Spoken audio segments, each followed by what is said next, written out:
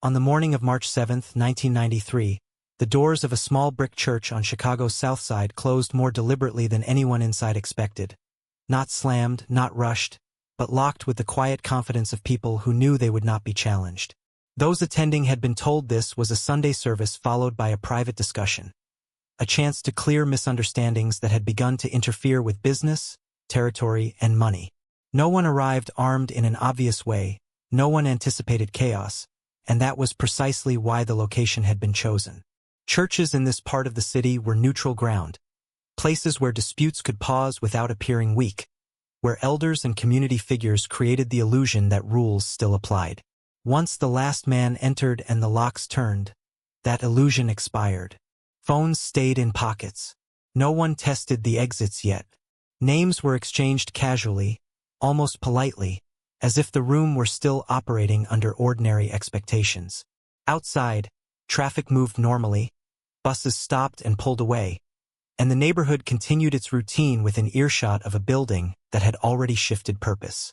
What unfolded next did not begin with threats or violence, but with confirmation, a silent agreement that whatever had brought these men together would be resolved fully before anyone stepped back onto the street, and that by the time the doors opened again, the balance of power in that part of Chicago would look different, whether anyone admitted it or not. Chicago in the early 1990s was a city that understood containment better than resolution, and nowhere was that more apparent than on the South Side, where boundaries shifted quietly and consequences arrived without paperwork. Crews operated less like gangs and more like informal administrations, enforcing order block by block through reputation, debt, and memory. Violence existed, but it was expensive, unpredictable, and usually avoided unless it served a larger correction. That Sunday meeting had been arranged weeks earlier through intermediaries who never appeared in the same room twice, each message stripped of emotion and delivered as necessity rather than demand. The church was selected not because of faith, but because it simplified logistics. Everyone knew where to go, no one questioned attendance, and any unusual gathering could be explained away as community business. Inside the building, the seating arrangement began to matter as soon as the doors locked. Men closer to the aisle watched differently than those pressed against the walls, and those near the front understood they were being observed rather than protected. No one spoke loudly. No one challenged the situation directly. The restraint was not fear but calculation, an understanding shared by everyone present that reacting too early was how mistakes were made. What most of them did not yet know was that the outcome had already been narrowed down to a small set of possibilities before the service even began, and that their individual choices now would only determine where they landed within it. The men who organized the meeting did not sit together, and that separation was intentional, a way to make the room feel less coordinated than it actually was. Each of them had arrived alone, spoken to different people, and taken seats that looked incidental but were chosen for sightlines and proximity. The pastor who had opened the service earlier remained near the front, quiet now, hands folded, aware that his presence was symbolic rather than functional. This was no longer his space. As minutes passed, the absence of urgency began to weigh heavier than any threat could have. No one rushed to explain why the doors were locked. No one reassured anyone else. That silence forced everyone inside to replay the conversations that had led them here, the favors exchanged, the debts postponed, the warnings dismissed as exaggeration. One man near the back shifted in his seat and immediately stopped, sensing that movement itself had become noticeable. Another leaned forward as if to speak, then decided against it, realizing that the first words spoken after the locks turned would define the direction of everything that followed. The meeting had not officially started yet, but the balance was already shifting, because those who could remain silent the longest were revealing exactly how prepared they were for what was about to happen. When the discussion finally began, it did not announce itself as such. There was no signal, no call for attention, only a man near the front standing up and speaking as if the conversation had already been in progress for hours. He did not raise his voice or accuse anyone directly. Instead, he recited a sequence of events that everyone recognized but no one had ever laid out in one place. A delivery missed, a corner crossed without permission, a payment delayed and then quietly forgiven. Each detail was accurate enough to be undeniable, but framed loosely enough to avoid naming a culprit too early. Heads nodded, some in agreement, others in resignation, as the pattern became obvious. This was not about a single mistake but about accumulation, the slow erosion of trust that had been tolerated until it became inconvenient. Men began to understand that they were not being asked to defend themselves, but to place themselves somewhere within the narrative being constructed in real time. Those who interrupted did so carefully, adding context rather than contradiction, hoping to soften how their actions would be remembered once decisions were made. The most telling thing was who stayed quiet, because silence here signaled either complete innocence or complete confidence, and everyone in the room was trying to decide which interpretation would protect them best when the conversation inevitably moved from history to consequence. As the timeline took shape, the room began to divide along invisible lines, not by affiliation but by implication, men measuring how often their names appeared in the story and how close those moments came to the present. A second speaker added to the account, correcting nothing, only narrowing it, placing emphasis on decisions that had seemed minor when they were made and irreversible once they were not.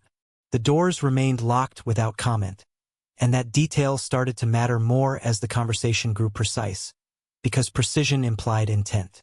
A man seated near the aisle asked whether this was meant to end with an agreement, and the question hung unanswered long enough to become its own answer. Someone else mentioned police attention, not as a threat but as a variable, and it was dismissed with a reminder that nothing happening inside this building required a report. The pastor shifted his weight and looked down, understanding that the meeting had crossed the point where his presence could change anything.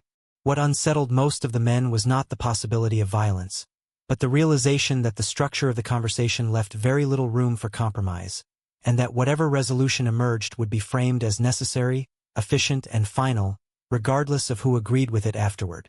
Once the pattern was fully visible, the meeting slowed in a way that felt intentional, as if speed itself had become a liability.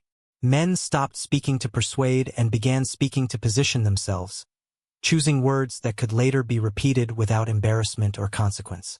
The organizers allowed this drift because it revealed more than direct questioning ever could, showing who still believed there was room to maneuver and who had already accepted that maneuvering was over. Someone near the side wall checked his watch and then deliberately turned his wrist inward, hiding the movement, aware that impatience was now a signal. Another man leaned back and crossed his arms, not defensively but to create distance, trying to look like an observer rather than a participant. The locked doors were no longer a surprise, but they had not yet been tested either, and that restraint mattered because it meant everyone still believed the situation could resolve without force. One of the organizers finally addressed the room again, clarifying that this was not a vote and not a negotiation, but a review, and that reviews existed to determine responsibility, not comfort. The statement reframed the silence instantly, because it implied that decisions would be made regardless of how many people spoke afterward. A few men adjusted their posture, some leaning forward, others settling deeper into their seats, each reacting to the same realization in different ways.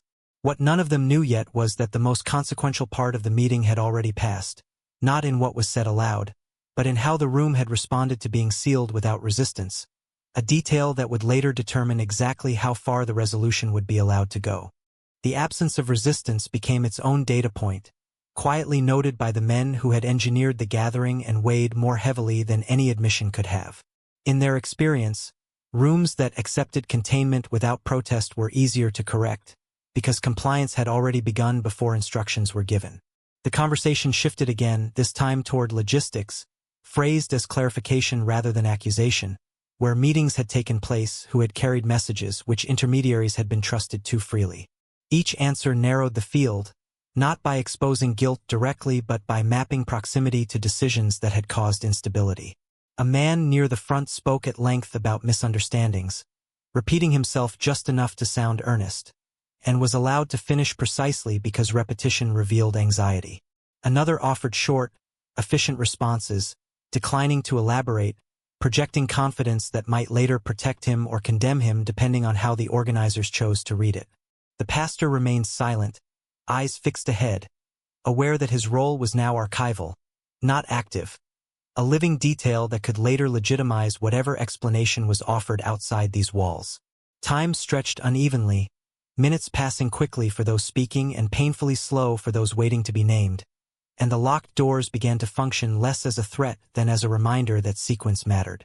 No one would leave until the narrative was complete, and the narrative would decide who remained relevant once the building reopened. By the end of that phase, the room had thinned psychologically even though no one had moved, men already separating themselves internally from outcomes they sensed were approaching, preparing explanations for absences that had not yet occurred but felt increasingly inevitable. As the meeting pressed on, the organizers began introducing pauses that felt accidental but were carefully timed. Moments where no one spoke and the room was left to sit with what had already been established. These gaps forced men to fill the silence internally, replaying their own involvement and recalculating what they might still control. One organizer asked a question that sounded procedural, asking who had approved a change in distribution routes months earlier, and the answer came quickly, too quickly, drawing attention to how rehearsed it sounded. Another man was asked a similar question and took longer to respond, choosing his words with visible care, and that delay was noted just as clearly.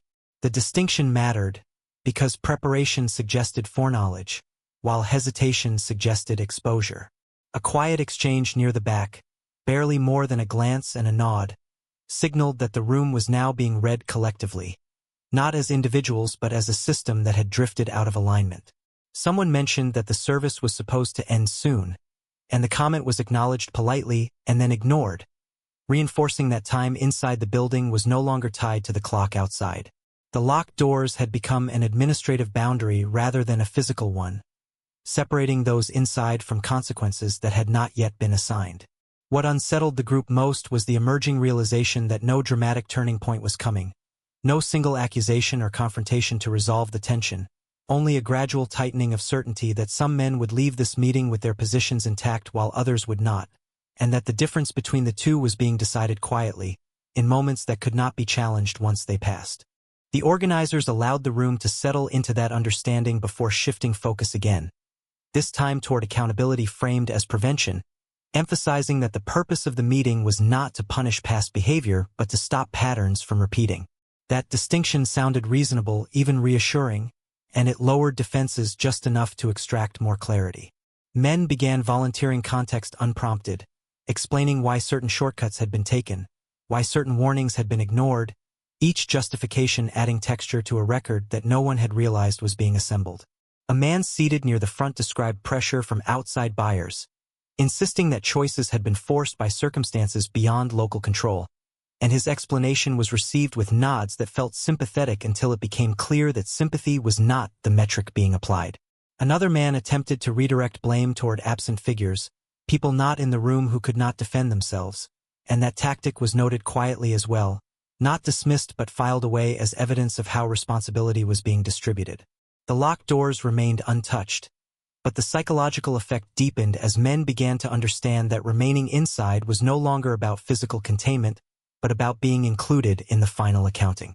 Those who spoke too much began to realize they were shaping their own profiles, while those who spoke sparingly risked being interpreted as either disciplined or dangerous. The uncertainty forced everyone into the same posture, attentive, controlled, waiting for signals that would reveal whether the meeting was still corrective or had crossed into something more permanent. A threshold no one could identify but everyone could feel drawing closer as the narrative solidified without interruption. By mid-morning the temperature inside the church had begun to rise slightly, not enough to cause discomfort but enough to make everyone aware of their own bodies. Jackets loosened, sleeves rolled, movements measured so they would not be misread. The organizers took note of these small adjustments because they revealed who was still thinking tactically and who was beginning to tire. A third speaker stood and reframed the discussion again, explaining that stability on the south side depended less on loyalty than predictability, and that recent deviations had introduced uncertainty that could not be allowed to continue. His tone was instructional, almost patient, as if he were correcting a workflow rather than a set of choices that had put lives and money at risk. Several men nodded instinctively, recognizing the language of order they had lived under for years, and that recognition itself became binding. One man asked whether the conclusions of the meeting would be communicated afterward or simply enforced, and the question was answered with a pause that lasted just long enough to clarify that enforcement did not require explanation.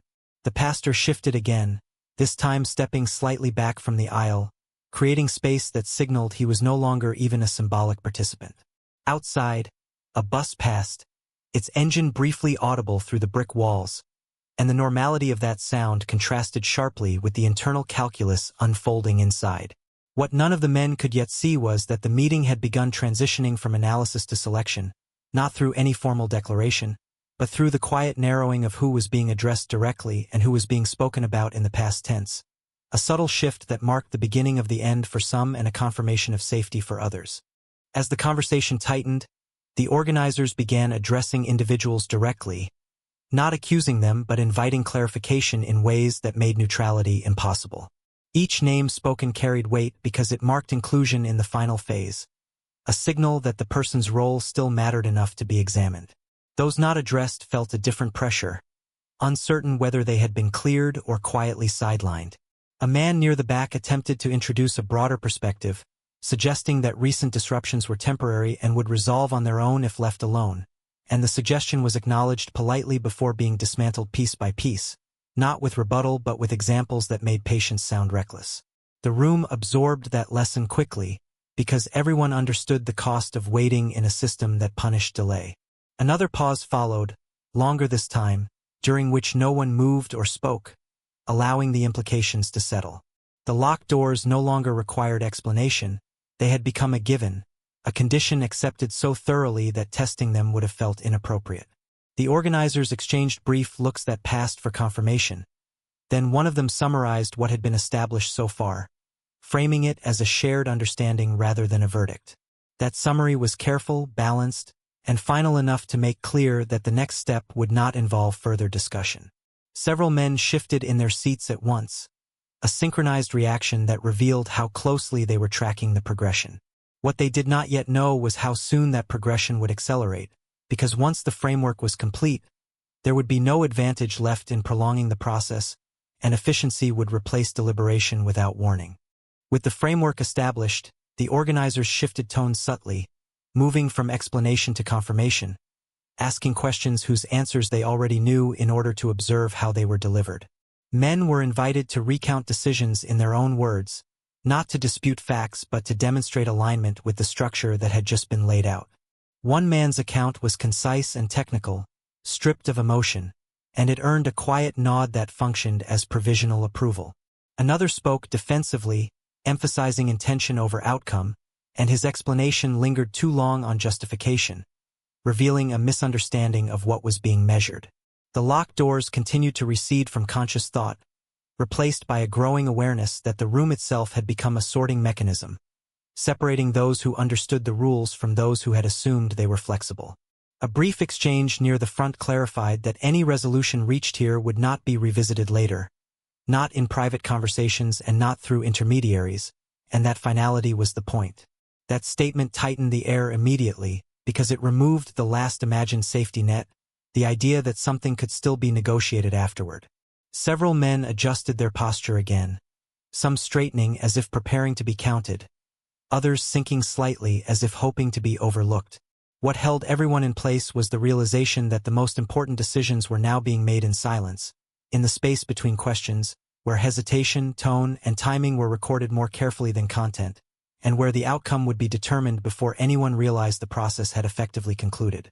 At that point, the organizers allowed the room to experience a brief sense of relief, the illusion that the most difficult portion had passed, and that illusion was intentional. Men began to relax in small ways, shoulders dropping, hands unclenching, the assumption creeping in that whatever decisions were coming would be limited to warnings or adjustments rather than removal.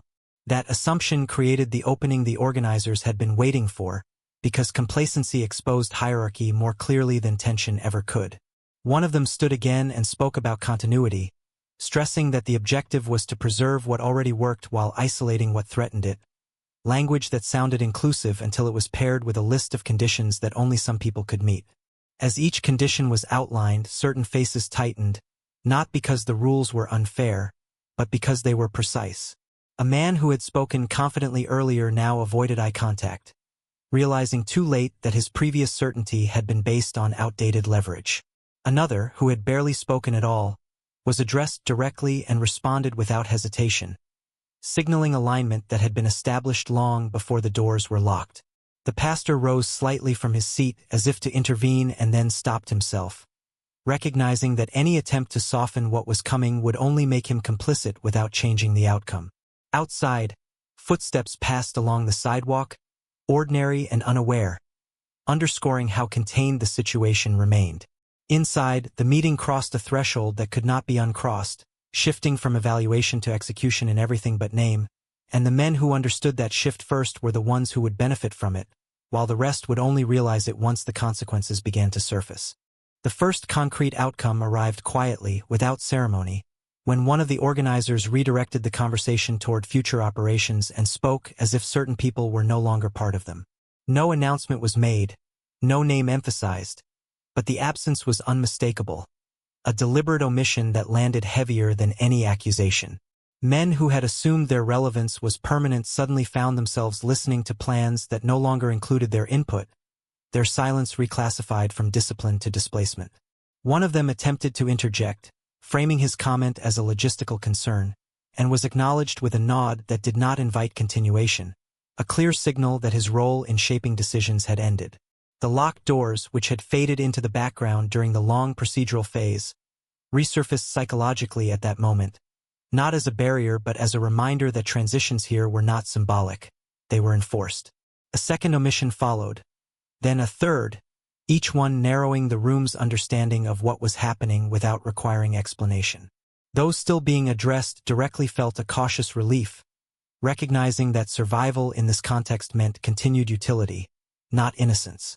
Others began to calculate what exclusion might mean once the meeting ended, how quickly it would travel through the neighborhood, and how difficult it would be to contest. The pastor lowered his gaze again, realizing that the church had become a place where people were not judged by faith or intent but by relevance, and that the judgment carried no appeal. What unsettled the room most was the efficiency of it all, the realization that the outcome was being implemented through conversation alone, and that by the time anyone outside noticed a change, it would already be too late to connect it back to what had happened behind these locked doors. With the exclusions implied rather than stated, the organizers allowed the room to breathe just long enough for comprehension to settle, then pressed forward as if nothing unusual had occurred.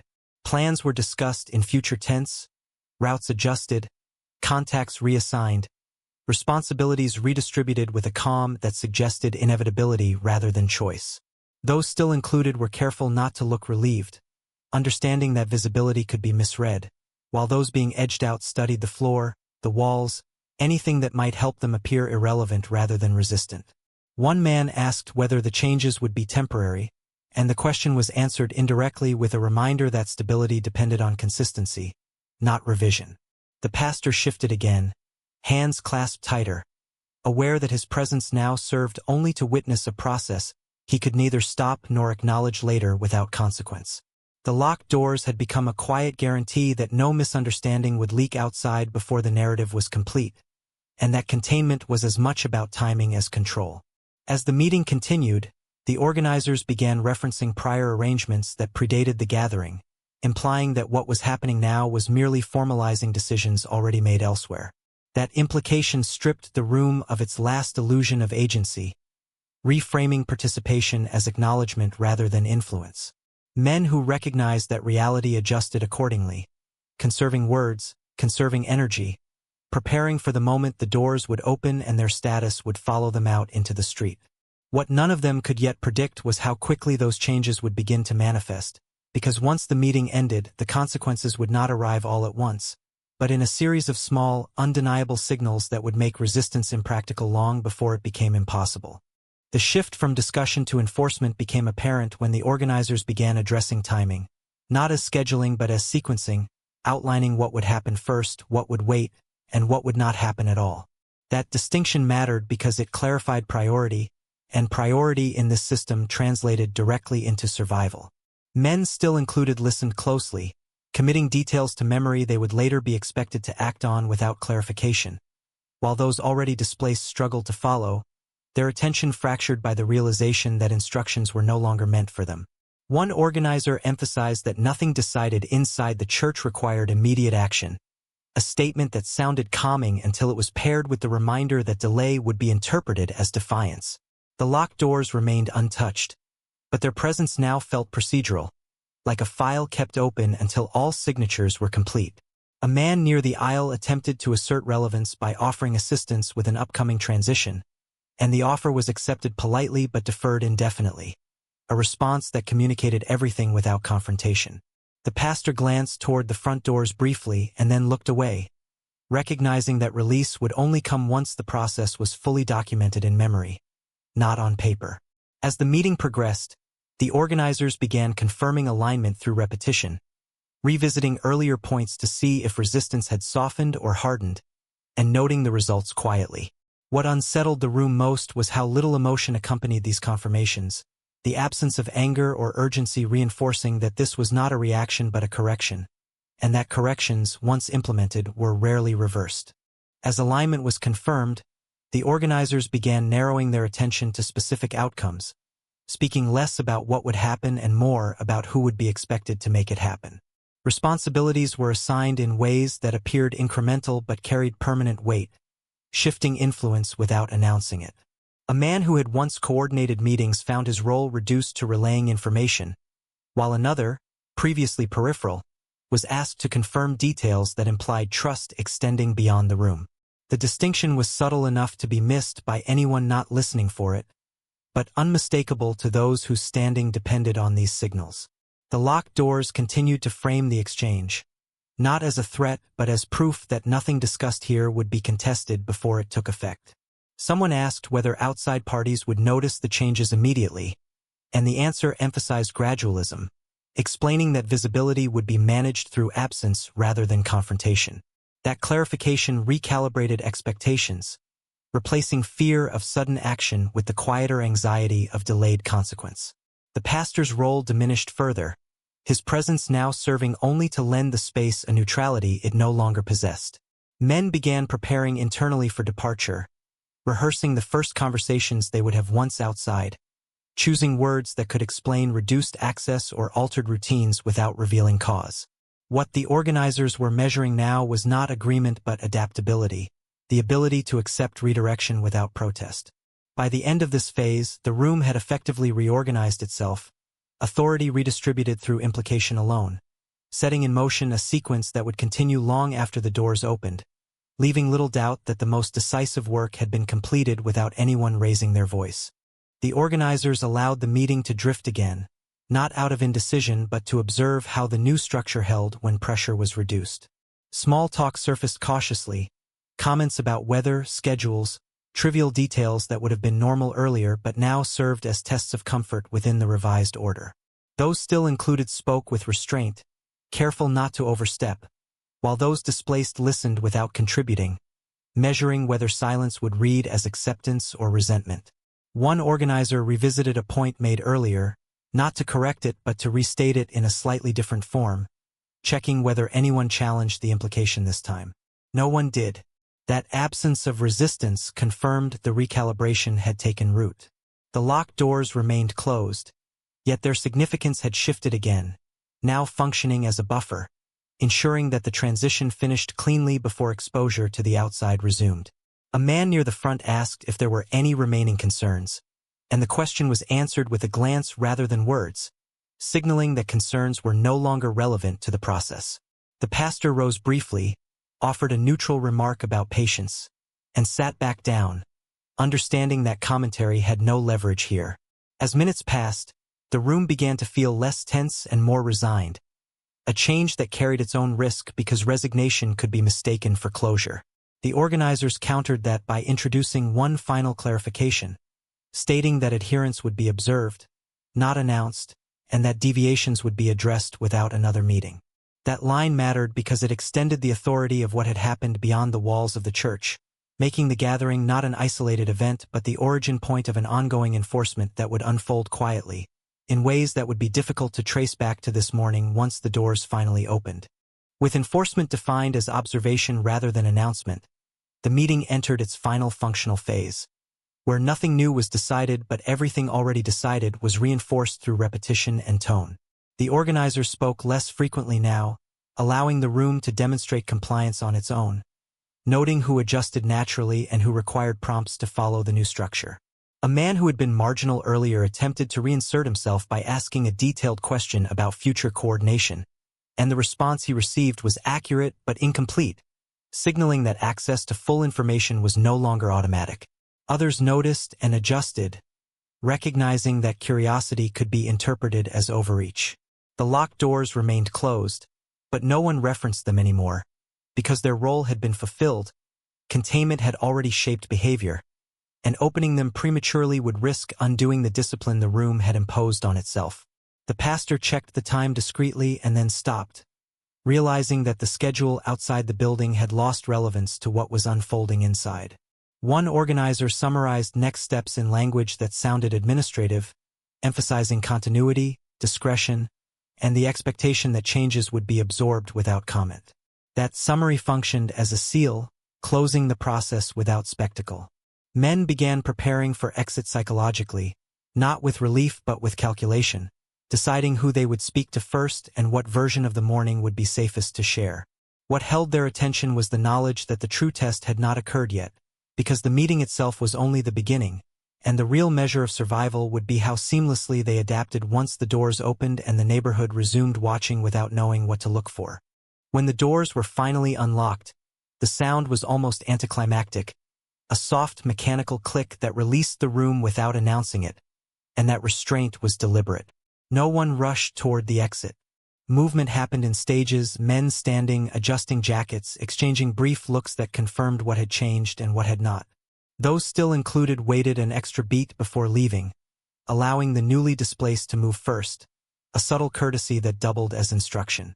Outside, the street looked exactly as it had hours earlier, ordinary and indifferent, and that normality unsettled several men more than the meeting itself had.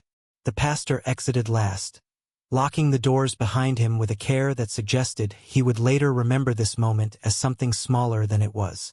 Conversations outside were short and deliberately vague, people separating quickly to avoid forming patterns that could be noticed. Within days, the effects of the meeting began to surface quietly, phone calls not returned, meetings postponed indefinitely, access rerouted through new intermediaries. One man arrived at a familiar corner and found someone else already there, operating with confidence and no explanation. Another attempted to collect a payment and was told it had already been handled.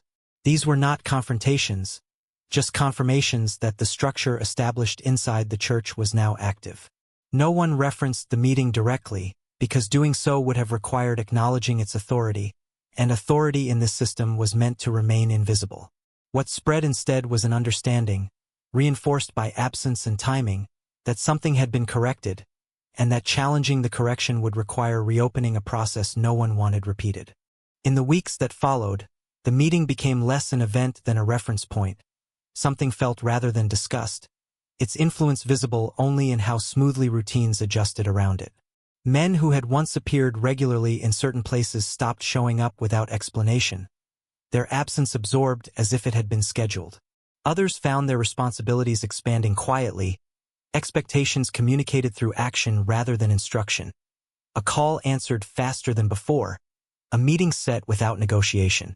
Law enforcement presence in the area remained unchanged, patrols following familiar patterns, reports filed with the same indifference, reinforcing the sense that nothing exceptional had occurred.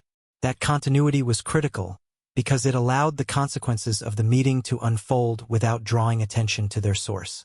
A few individuals attempted to test the new order indirectly, pushing boundaries in minor ways, arriving uninvited, asking questions that assumed access they no longer had, and each time the response was calm but firm, enough to clarify the limits without provoking escalation. The church itself returned to normal use, services held on schedule, the building performing its usual role while carrying the residue of what had happened inside. Those who attended noticed subtle changes, familiar faces missing, seating patterns altered, but nothing concrete enough to invite inquiry.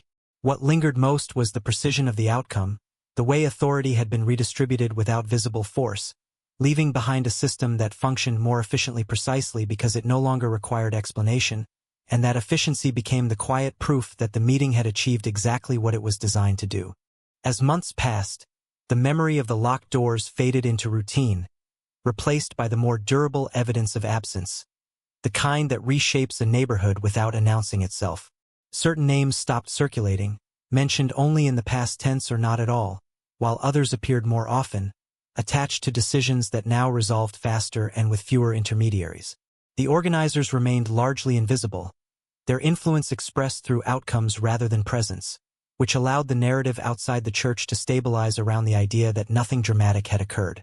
People learned what not to ask by watching which questions received no response, and that lesson spread efficiently. The pastor continued his services, careful to avoid references that could be interpreted as commentary, understanding that neutrality was now part of the building's function. Businesses adjusted hours and partnerships without explanation. Corners changed hands without dispute, and disputes that once would have escalated simply dissolved. Those who had been displaced attempted, quietly, to re-establish footing elsewhere, discovering that distance did not guarantee relief because reputations traveled faster than people. What remained consistent was the lack of official recognition. No reports reopened, no inquiries expanded, reinforcing the understanding that the correction had occurred within acceptable bounds. Over time, the meeting became less a story than a condition, shaping behavior long after details were lost. The doors had been locked only once, but the compliance they produced endured, proving that containment, when accepted without resistance, could outlast force and render repetition unnecessary. By the following year, the effects of the meeting had woven themselves so tightly into daily operations that newer participants encountered the structure without ever learning its origin. They stepped into roles that already existed, followed routines that had already been corrected, and assumed the absence of certain figures was the result of bad luck or personal failure rather than deliberate exclusion. This anonymity was not accidental, it was the final safeguard, ensuring that authority survived beyond the people who had enforced it. One organizer relocated quietly, not as retreat but as redundancy, confident the system would hold without him being visible. Another remained nearby, less as a supervisor than as a reference point, appearing occasionally to confirm alignment and disappearing before familiarity could erode distance. Attempts to revive old arrangements surfaced sporadically, usually initiated by individuals who believed time had softened consequences, and each attempt failed in the same way, not through confrontation but through indifference. Calls went unanswered. Meetings never materialized. Promises dissolved without refusal. The church continued to function as it always had, its role completed and sealed, valuable precisely because it no longer needed to be reused. What persisted was a shared understanding that correction had a memory even when people did not, and that memory expressed itself through timing, access, and silence. Those who adapted prospered quietly. Those who did not learned that exclusion did not require explanation to be permanent. The meeting had ended long ago, but its logic remained active, guiding decisions that would never be traced back to that morning unless someone made the mistake of asking why things worked the way they did. The longer the system operated without disruption, the more legitimate it appeared, because stability itself became evidence that the correction had been justified.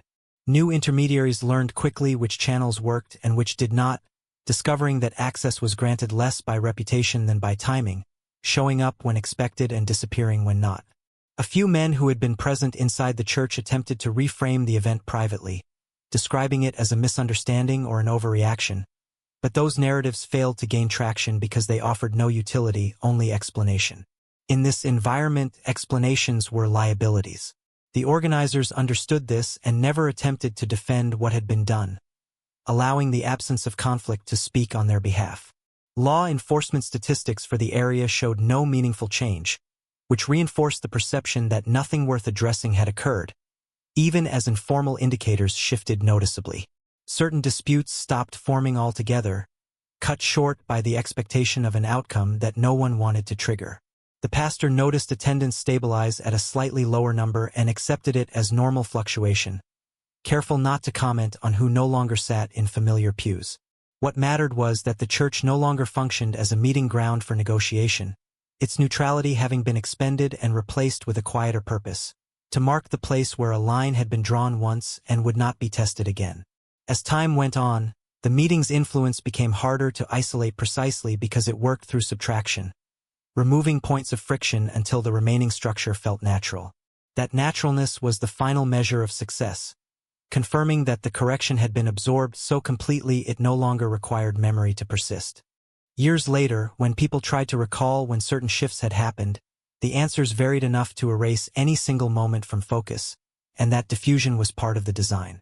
No one could point to the meeting as the cause, because its effects had been deliberately delayed, staggered, and normalized over time.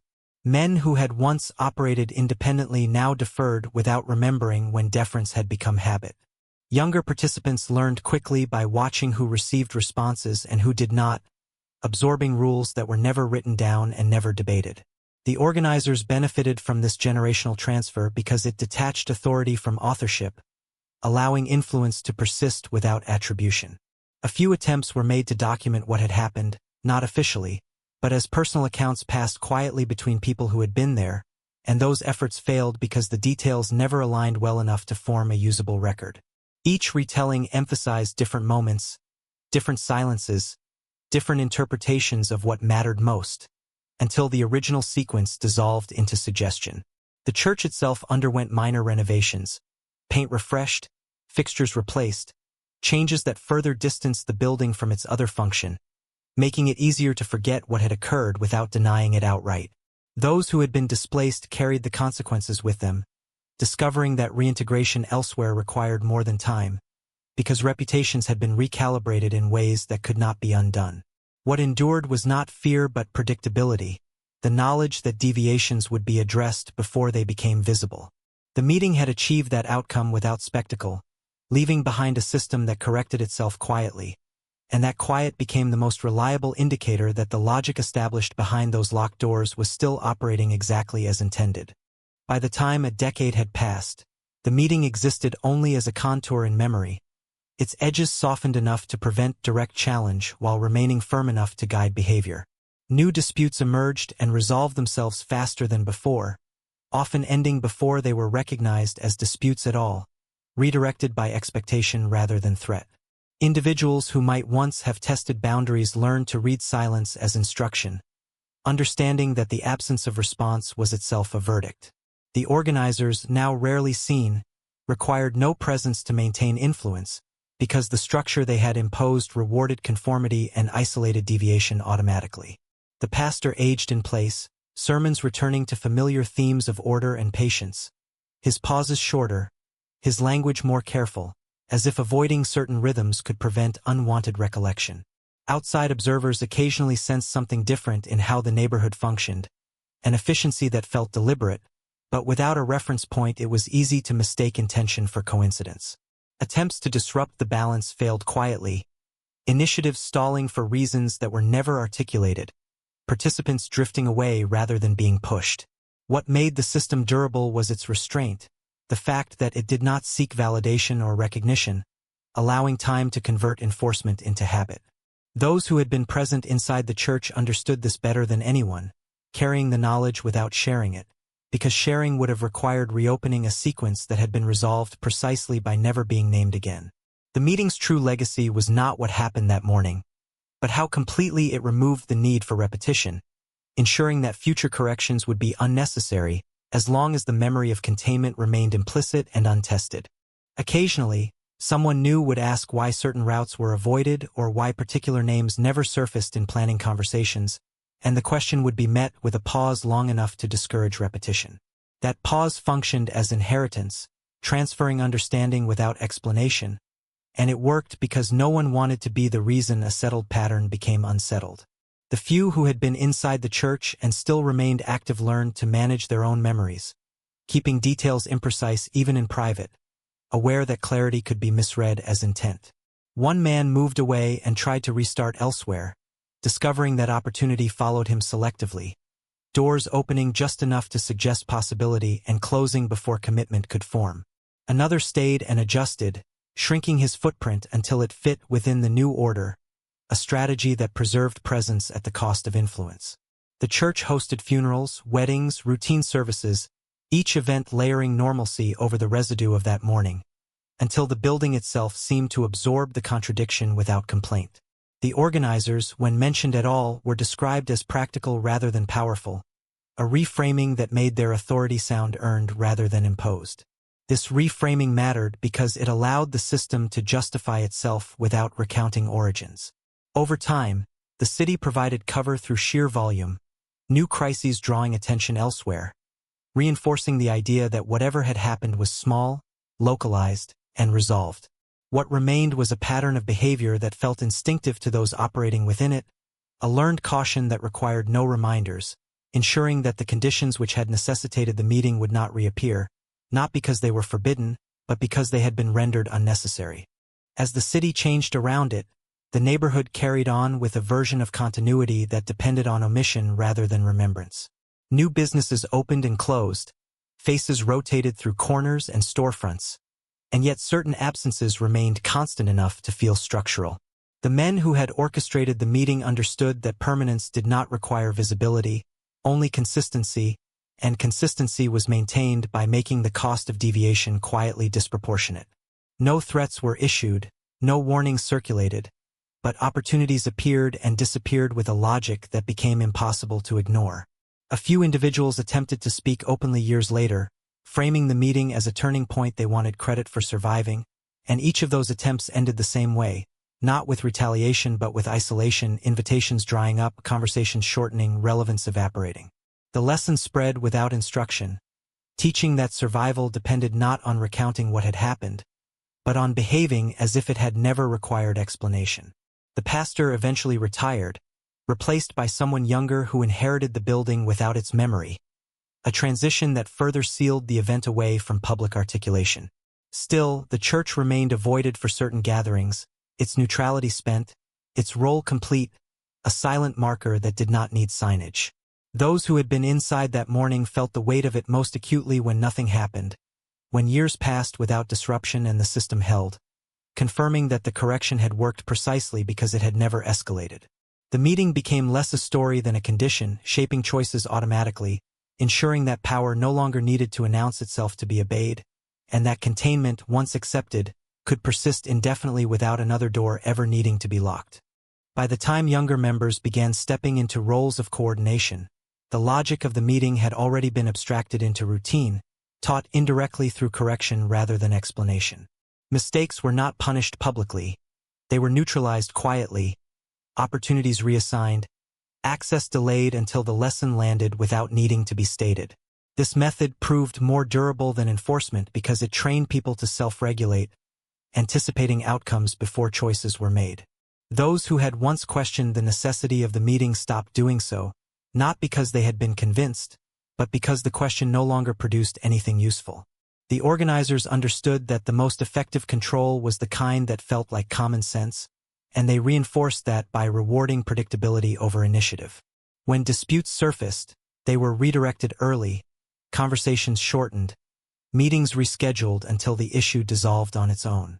The church appeared occasionally in peripheral discussions, referenced obliquely as a place that had already served its purpose, a signal that escalation would be redundant. The men who had been displaced found their paths narrowing incrementally, options closing without confrontation, a process that was easier to endure than sudden removal but harder to reverse. Law enforcement records remained unchanged, offering no narrative that could be contested or appealed. What persisted was a rhythm, a way of operating that reduced friction by preempting it, making the absence of conflict feel earned rather than imposed. As years accumulated, the meeting's influence became inseparable from the environment it shaped, indistinguishable from habit, ensuring that even those who had not been present responded to its logic as if they had been, adjusting behavior instinctively, maintaining alignment without ever being told why. Eventually, the meeting stopped being remembered as something that happened and started being treated as something that simply was, a condition baked into how decisions were made and avoided. People spoke about stability as if it were a natural state rather than an engineered one, attributing the lack of disruption to maturity, experience, or luck, anything that did not require acknowledging intent. The organizers benefited from this reinterpretation because it reframed their actions as foresight instead of force, allowing them to withdraw further without losing influence. A few attempts were made to formalize parts of the structure, proposals for councils, partnerships, written agreements, and each attempt failed quietly, because formality threatened to expose origins that were better left diffuse. Informality remained safer, harder to challenge, easier to deny. Those who had once been central learned to accept reduced visibility as protection, recognizing that prominence invited scrutiny and scrutiny invited correction. The church, now fully returned to routine, stood as a physical reminder without functioning as a reference, its relevance encoded rather than cited. New crises elsewhere in the city drew attention away, providing cover through distraction, and the system held through inertia as much as design. What mattered most was that the logic of containment had proven portable, applied instinctively to situations far removed from that Sunday morning, shaping outcomes before conflict could coalesce.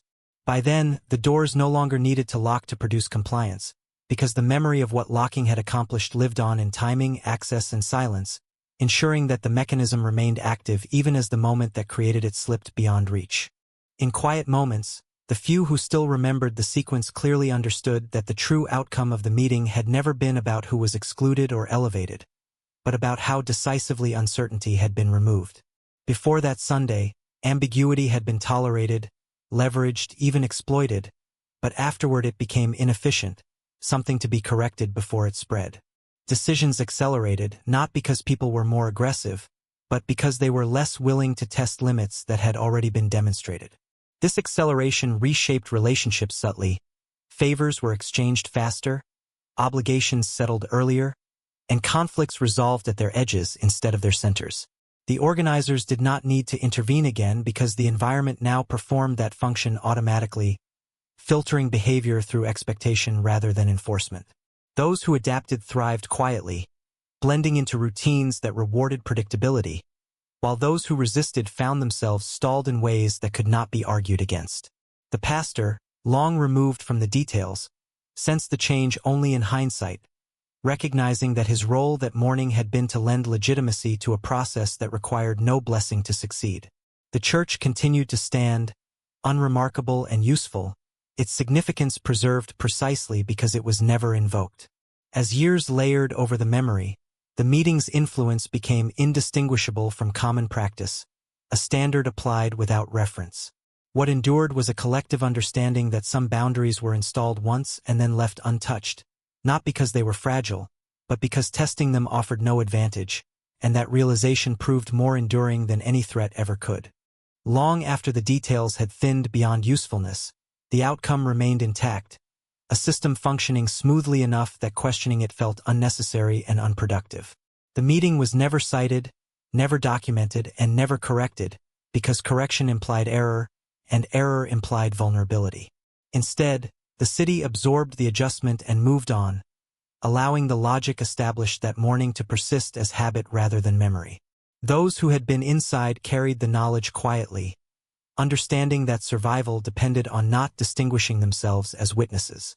The church itself required no protection and no explanation, its role complete, its significance preserved by omission. New generations operated within boundaries they assumed had always existed, adjusting behavior instinctively, responding to absence and access without needing to know their origin. Attempts to revisit the past surfaced occasionally and dissolved just as quickly, not through suppression but through irrelevance, because the present no longer depended on explanation. What endured was not fear, not loyalty, and not belief but efficiency, the quiet certainty that instability would be addressed before it became visible. The doors had been locked only once, but what that moment accomplished did not require repetition.